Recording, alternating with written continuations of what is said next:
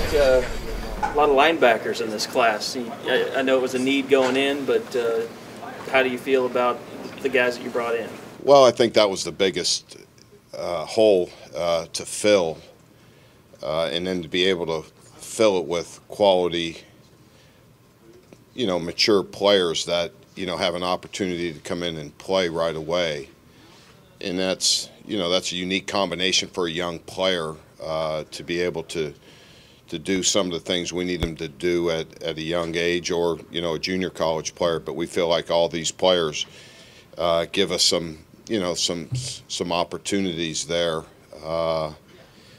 in that capacity, because they're all really dynamic players. And then, hopefully we can still get another one, here later today. So, we're going to need some help there. You going to gather as a staff tonight, or you just be at home watching it on the phone with other guys trying to figure out what's going on there? I don't know. It seems like these days never end, but there's not much we can do now except for kind of sit and wait and be optimistic about what happens. So that's all you can really do. The OU has a national brand, and being able to recruit nationally, he expressed great confidence in being able to do that. The pipeline may not be as strong as it was, but he wants to go into Florida, he wants to go into Louisiana, and like you said, California, and expressed great confidence in that. You as well? Yeah, I mean, we're going to go where I think as you branch out, I think you have to be smart and do your work and know, are we just going on a wild goose chase, or is there a genuine interest? And I think that's where each individual coach and has to know what kind of realistic views you have or that player has towards us. I mean, we don't want to be a sideshow to some kids. It seems like we were. We're just whatever. They feel like they have to have somebody to lead along, but it's we're going to go where we have the best opportunities, and hopefully by your recruiting, what kind of relationship you have with that person. John Michael Terry, can I just get your thoughts on John Michael? Well, just an extremely talented and intelligent, young man that can do whatever he wants, on the football field, off the football field.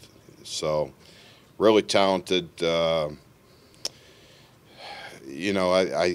Whether he plays inside or outside, we'll determine that by obviously, the skill set and where we feel like he can play and contribute the quickest and be the most efficient playing.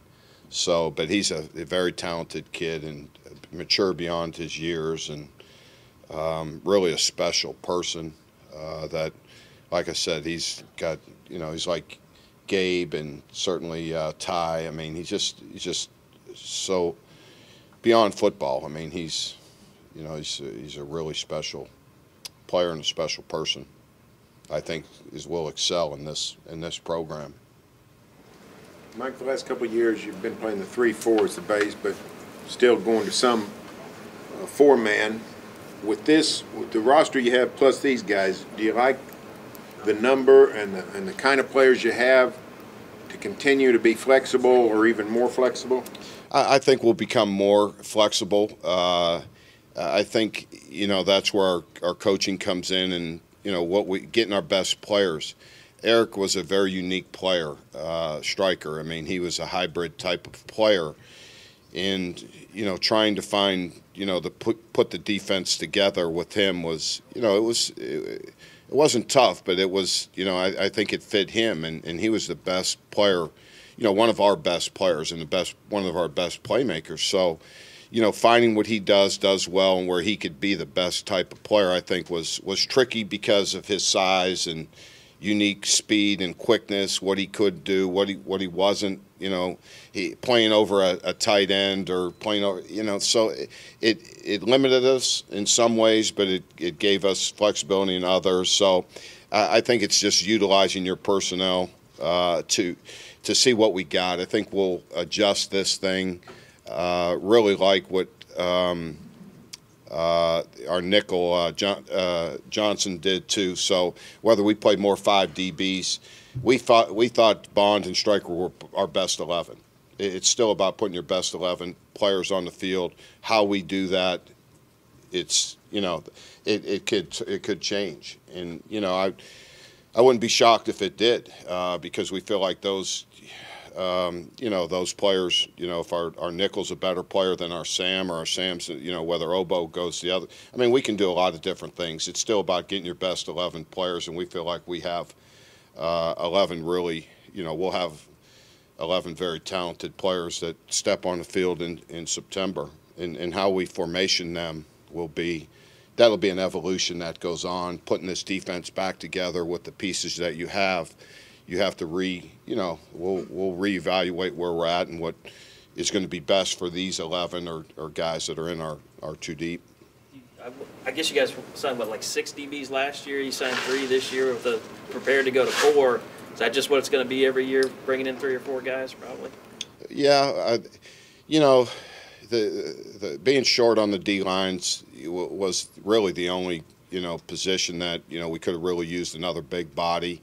But that's where, you know, Devontae Lampkin and I can't think of our Neville Gallimore really have to come in, and, you know, it's their time. They're big bodies. They're very athletic guys. It's time for them to really, and Obo, really step up and solidify our defensive line. So that's critical that those guys continue to evolve and become playmakers for us. But, you know, really love Bledsoe will be a dynamic player, and the other guys, the backers, will too. So that wasn't such a necessity. Corners are always going to be priorities in this league, guys that can cover. It gives you the best opportunity to win. So you mentioned that flexibility between being multiple. Does that help or hurt when you're on the trail? Do kids want to know the exact spot they're going to play? There's some, you know, like a guy like Mark Jackson, you know, that intrigued him. He likes standing up and playing on the edge like our guys. Everyone asks me they want to be Stryker or they want to be Bond. You know, they like standing up and rushing. A lot of kids like that. Now, if their body types change, they get, you know, a certain way, then they're not able to do all those things. But Mark is a guy that is prototypical for what we do, whether he stands up or puts his hand on the ground or plays standing up in the 6, you know, over a tight end. He's going to be a 255-pound guy that can play over a tight end. Eric was no more than 215 pounds playing over a tight end. So there's just a different body type there.